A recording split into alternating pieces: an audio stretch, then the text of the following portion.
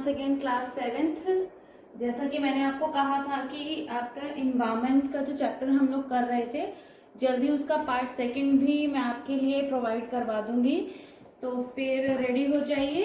अब आज हम अपने इन्वायरमेंट चैप्टर का जो हमारा थोड़ा सा पार्ट रह गया था, कंटेंट रेस्ट ऑफ द, आज हम उसको क्लियर कर लेते हैं कंप्लीट करके। ठीक है, पार्ट 2 है ये आपका ज्योग्राफी का। ठीक है, और इससे पहले जो पार्ट 1 की क्लास हुई थी, एक बार रिवीजन कर लेते हैं कि पार्ट 1 में मैंने आपको अर्थ के बारे में थोड़ा सा क्लैरिफाई किया था कि अर्थ एक यूनिक प्लैनेट माना जाता है। ठीक है, सोलर सिस्टम का, क्योंकि यहाँ लाइफ एग्जिस्ट करती है, एयर है, वाटर है, लैंड है, फूड है, सब कुछ यहाँ पर हमें अवेलेबल है। ठीक है, एक अच्छी सराउंडिंग बन जाती है, जो ह्यूमन बीइंग को रिक्वायरमेंट है वो सारी चीजें अर्थ पर अवेलेबल है। इसीलिए अर्थ एक यूनिक प्लैनेट है और एक इन्वायरमेंट जो चाहिए होता है वो इन्वायरमेंट मनुष्य को अर्थ पर मिल जाता है। फिर मैंने आपको इन्वायरमेंट का मीनिंग भी एक्सप्लेन किया था, सराउंडिंग क्या होती है, उसके बाद इन्वायरमेंट के कंपोनेंट, जैसे नेचुरल कंपोनेंट क्या है, मैन मेड कंपोनेंट क्या है। ठीक है, नेचुरल इन्वायरमेंट में हमने बायोटिक और एबायोटिक पढ़ा था। ठीक है, उसके बाद हमने लिथोस्फीयर पढ़ा था, एटमॉस्फेयर पढ़ा था, हाइड्रोस्फीयर पढ़ा था। फिर हमने लास्ट कंटेंट में बायोस्फीयर कंप्लीट करके छोड़ दिया था और मैंने आपको कहा था कि इकोसिस्टम से हम लोग स्टार्ट करेंगे और मैन मेड इन्वायरमेंट वाला टॉपिक क्लियर कर लेंगे। ठीक है, तो नेचुरल इन्वायरमेंट तक हमारा कंप्लीट हो चुका है। आज हम अपना मैन मेड इन्वायरमेंट भी कंप्लीट कर लेंगे। तो सबसे पहले एक टॉपिक आ रहा है इसमें इकोसिस्टम। ठीक है, नोट्स आपको इस चैप्टर के जो स्क्रीनशॉट है वो मिल चुके हैं, तो आप उसके थ्रू ही इस वीडियो को देखेंगे तो आपको सब कुछ क्लियर हो जाएगा। इकोसिस्टम में हम देखते हैं कि इकोसिस्टम का मतलब क्या होता है।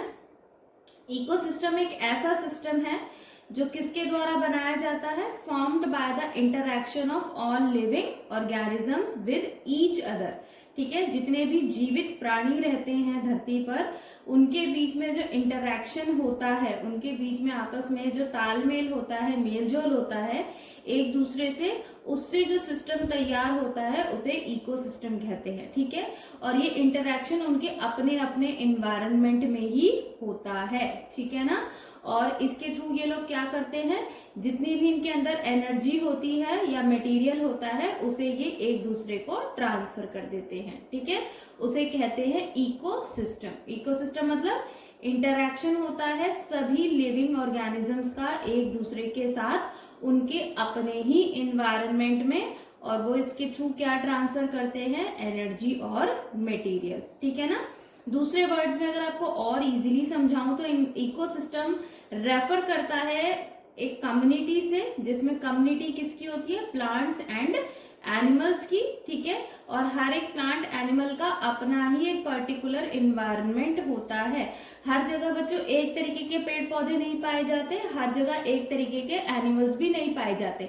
अलग अलग जगह पर पेड़ पौधे अलग अलग हैं, एनिमल्स अलग अलग हैं, तो इसलिए उनका इन्वायरमेंट भी कैसा होता है, अलग अलग होता है। ठीक है ना, और इसके थ्रू वो क्या करते हैं, अपनी एनर्जी, अपने मटेरियल्स जो हैं वो एक कम्युनिटी से दूसरी कम्युनिटी को ट्रांसफर करते रहते हैं। ठीक है ना, जैसे कि all plants, all animals and all human being वो डिपेंड होते हैं ऑन देयर इमीडिएट सराउंडिंग्स। यानी इमीडिएट सराउंडिंग मतलब हम मनुष्य जिस आसपास के वातावरण में रह रहे हैं उसी वातावरण में पेड़ पौधे भी होंगे, एनिमल्स भी होंगे, तो हम तीनों मिलकर एक दूसरे पर डिपेंड होते हैं। जो भी हमारी सराउंडिंग होती है, हम इंटरडिपेंडेंट होते हैं ऑन ईच अदर। ठीक है, जैसे कि एनिमल्स भी कई ऐसे होते हैं, एनिमल्स भी प्लांट्स खाते हैं। ठीक है ना, और एक एग्जांपल और ले सकते हैं कि प्लांट्स जो हैं वो एनिमल्स को और हम ह्यूमन बीइंग को क्या देते हैं, ऑक्सीजन देते हैं, और बदले में एनिमल्स जो है और हम ह्यूमन बीइंग्स प्लांट को क्या देते हैं, CO2।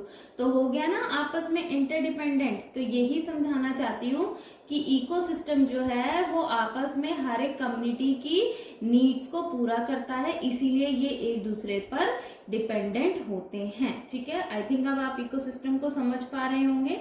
ठीक है, हर कोई कम्युनिटी दूसरे कम्युनिटी के लिए हेल्पफुल होती है। ठीक है, अब बार बार एक वर्ड यूज कर रही हूं मैं, अलग इन्वायरमेंट की। हर प्लांट एनिमल का इन्वायरमेंट सेम नहीं होता है, अलग अलग इन्वायरमेंट होता है।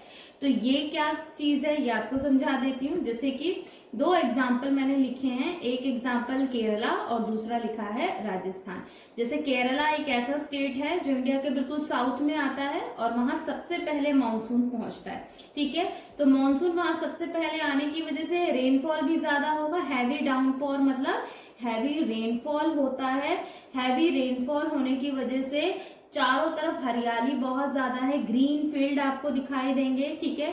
घने जंगल दिखाई देंगे, पेड़ पौधों की कोई कमी नहीं होगी, इसीलिए बड़े बड़े जानवर पाए जाएंगे, जैसे एलिफेंट जैसे बड़े बड़े जानवर जो होते हैं, ठीक है, और अदर एनिमल्स पाए जाते हैं। तो चेंज हो गया यहाँ का इकोसिस्टम, यहाँ का एनवायरमेंट अलग है क्योंकि यहाँ के एनवायरमेंट में रेनफॉल ज्यादा हो रहा है, ठीक है। तो उस हिसाब से पेड़ पौधे भी ज्यादा है और एनिमल्स भी ज्यादा है। इसके अपोजिट एग्जांपल लेती हूँ मैं राजस्थान का। राजस्थान क्या है, राजस्थान में बहुत कम बारिश होती है, लो रेनफॉल है, इसलिए यहाँ पेड़ पौधों की जगह पर आपको कंटीले झाड़ियां वगैरह दिखाई देंगी, ठीक है, जिनमें कांटे लगे होते हैं, जैसे कीकर है, ठीक है, कीकर जैसे पौधे हो गए, या कैक्टस आप जानते होंगे, ठीक है, ये सारी चीजें यहाँ मिलेंगी, ठीक है। सैंड हो गया, चारों तरफ रेत आपको दिखाई देगी।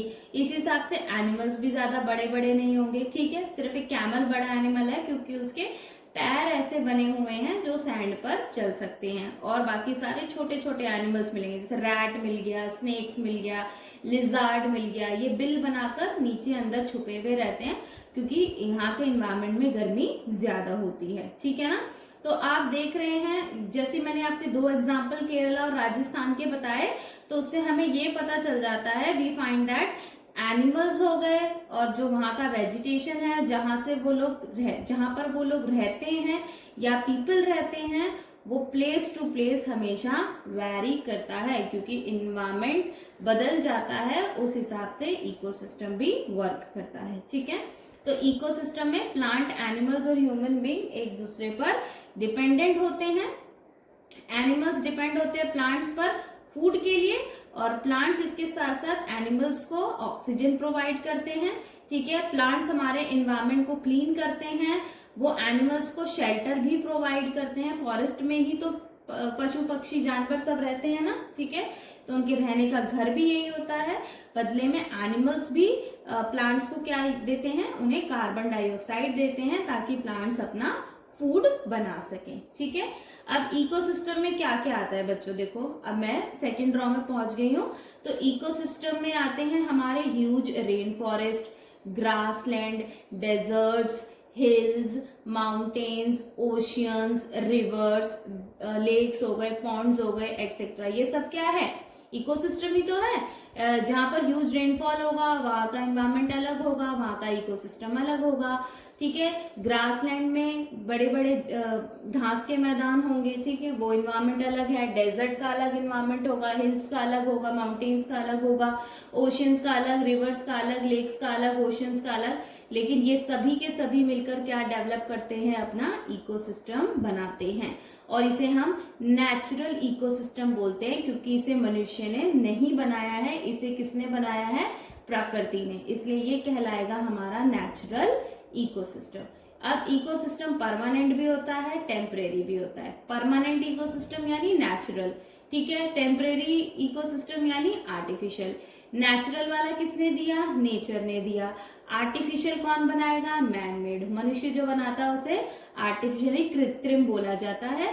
फॉर एग्जाम्पल एक्वेरियम, सबने मछली घर देखा होगा, एक्वेरियम देखा होगा। मछली कहाँ रहती है, पानी में, लेक्स में रहेगी, रिवर्स में रहेगी, पॉन्ड में रहेगी, तो उसे पानी चाहिए रहने के लिए।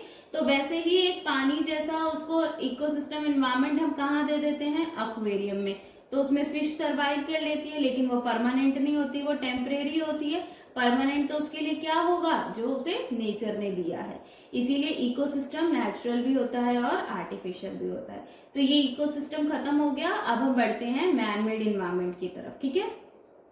अब हमारे पास नेचुरल इन्वायरमेंट तो है, ठीक है, लेकिन नेचुरल इन्वायरमेंट में जो चेंज लेकर आए, जो नेचुरल इन्वायरमेंट को बदल दे, उसमें उसको मॉडिफाई कर दे, उसका मॉडिफिकेशन कर दे, उसी को हम कहते हैं मैन मेड इन्वायरमेंट। यानी प्रकृति ने हमें जो भी चीज दी है, मनुष्य जब उसका इस्तेमाल अपने लिए उसको बदलकर करने लगता है तो वो तैयार हो जाता है मैन मेड इन्वायरमेंट। तो मैंने लिखा है कि मैन मेड इन्वायरमेंट में क्या इंक्लूड होता है, changes and modifications of the natural environment, जो कौन करता है, मेड बाय ह्यूमन बींग्स। जैसे कि ह्यूमन बींग ने कौन सा अपना मैन मेड इन्वायरमेंट बनाया है, ह्यूमन इन्वायरमेंट, उसने बिल्डिंग्स बना दिए, रोड्स बना दिए, ब्रिजेस बना दिए, पार्क्स बना दिए, स्कूल्स बना दिए, हॉस्टल्स बना दिए, हॉस्पिटल्स बना दिए, ये सब उसने अपने फायदे के लिए बना दिया है, ठीक है ना। तो ये सब कंपोनेंट या एग्जांपल्स किसके बन जाते हैं, ह्यूमन मेड इन्वायरमेंट के। और ये इन्वायरमेंट वो कैसे क्रिएट करता है बच्चों, थर्ड रॉ में आ चुकी हूं मैं, by using skills and knowledge, अपनी स्किल का इस्तेमाल करके, अपनी नॉलेज का इस्तेमाल करके ही मनुष्य क्या करता है, नेचुरल इन्वायरमेंट को चेंज करके, मॉडिफाई करके अपनी नीड्स को, अपनी जरूरतों को पूरा करने के लिए वो ऐसा काम करता है और नेचुरल इन्वायरमेंट को बना देता है मैन मेड इन्वायरमेंट, ठीक है। अब लास्ट टॉपिक बच गया हमारे चैप्टर का, जो है ह्यूमन बीइंग्स एंड इन्वायरमेंट। मनुष्य का वातावरण से क्या लेना देना है, मनुष्य और वातावरण के बारे में हम जानेंगे। जस्ट अभी अभी मैंने ये पॉइंट पढ़ाया आपको मैन मेड इन्वायरमेंट का, उसी से ही ये रिलेटेड है कि ह्यूमन बीइंग क्या करता है, मॉडिफाई करता है नेचुरल इन्वायरमेंट को, क्योंकि उसे अपनी नीड्स को सेटिस्फाई करना है। फॉर एग्जाम्पल उसने कार्स बना लिए, फैक्ट्रीज बना ली, बहुत सारी वस्तुओं का वो निर्माण कर रहा है और इंक्रीजिंग रेट पर हमारे वातावरण को चेंज भी कर रहा है, ठीक है। अगर हम अर्ली ह्यूमन की लाइफ में चले जाते हैं तो अर्ली ह्यूमंस बहुत ही सिंपल लाइफ जीते थे, लेट वेरी सिंपल लाइफ।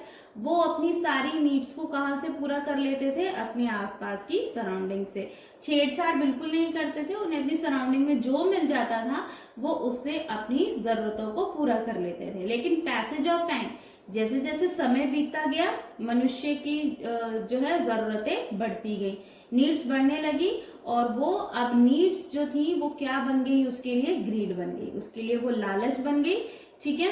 और अब उस लालच में आकर ह्यूमन बीइंग क्या करने लगा, अपनी नीड्स को फुलफिल नहीं कर रहा है, वो अब नेचुरल रिसोर्सेज को एक्सप्लॉइट करना शुरू कर रहा है। वो जितने भी प्राकृतिक संसाधन हैं उनका शोषण कर रहा है, उनको अनावश्यक नष्ट कर रहा है, खत्म कर रहा है, बर्बाद कर रहा है, ठीक है। और इसका क्या परिणाम निकल रहा है, इन्वायरमेंट डिग्रेडेशन, यानी अब हमारा जो वातावरण है वो डिग्रेड हो रहा है, वो खराब हो रहा है, वो घट रहा है, वो खत्म हो रहा है, ठीक है। हमारे पेड़ पौधों को नुकसान हो रहा है, हमारे पशु पक्षियों को नुकसान हो रहा है, और ये सब जस्ट बिकॉज ऑफ मनुष्य की ग्रीड में आकर उसको एक्सप्लॉइट करने से हो रहा है। मनुष्य क्या कर रहा है, फॉसिल फ्यूल्स जला रहा है। फॉसिल फ्यूल्स का एग्जांपल पेट्रोलियम है, गैस है, मोटर व्हीकल से निकलने वाला धुआं है, इंडस्ट्रीज से निकलने वाला धुआं है। ये सब इतना ज्यादा बढ़ रहा है कि इसकी वजह से हमारी अर्थ का टेम्परेचर भी बढ़ रहा है। अर्थ का टेम्परेचर बढ़ रहा है इसलिए ग्लोबल वार्मिंग हो रही है, ठीक है। इसको ग्लोबल वार्मिंग कहा जाता है जब अर्थ में टेम्परेचर बढ़ने लगता है, ठीक है। तो ये बहुत ही गंभीर समस्या बन जाती है, डेंजरस सिचुएशन, प्रॉब्लम आ जाती है, क्योंकि इससे हमारी अर्थ का जो बैलेंस है वो बहुत ज्यादा बिगड़ जाता है, ठीक है। तो आप अर्थ पर होने वाले एनवायरमेंट के नुकसान देख रहे हैं, तो मनुष्य को क्या करना पड़ेगा, मनुष्य को अपने एनवायरमेंट को बचाने के लिए एक परफेक्ट बैलेंस बनाना होगा नेचुरल और ह्यूमन एनवायरमेंट में। बहुत जरूरी है ये। ह्यूमन शुड बी अवेयर, मनुष्य को अवेयर होना पड़ेगा कि ये उसकी ड्यूटी है कि उसे अपने एनवायरमेंट को मेंटेन करना है, उसको बैलेंस करना है। उसे सीखना पड़ेगा कि उसे कैसे एनवायरमेंट में रहना है और किस प्रकार उसे एनवायरमेंट को यूज करना है, और वो भी जुडिशियस वे में, बिल्कुल न्यायिक तरीके से उसे अपने वातावरण का इस्तेमाल करना है। नहीं तो आने वाले समय में इस प्रकृति से उसको मिलने के लिए कुछ भी शेष नहीं रह जाएगा, ठीक है। तो अभी आपका चैप्टर यहाँ पे कंप्लीट हो चुका है। आई होप आप इसे समझ चुके होंगे। इसे बार बार समझिए, अच्छे से पढ़िए, ठीक है। Thank you so much. Thanks for listening me.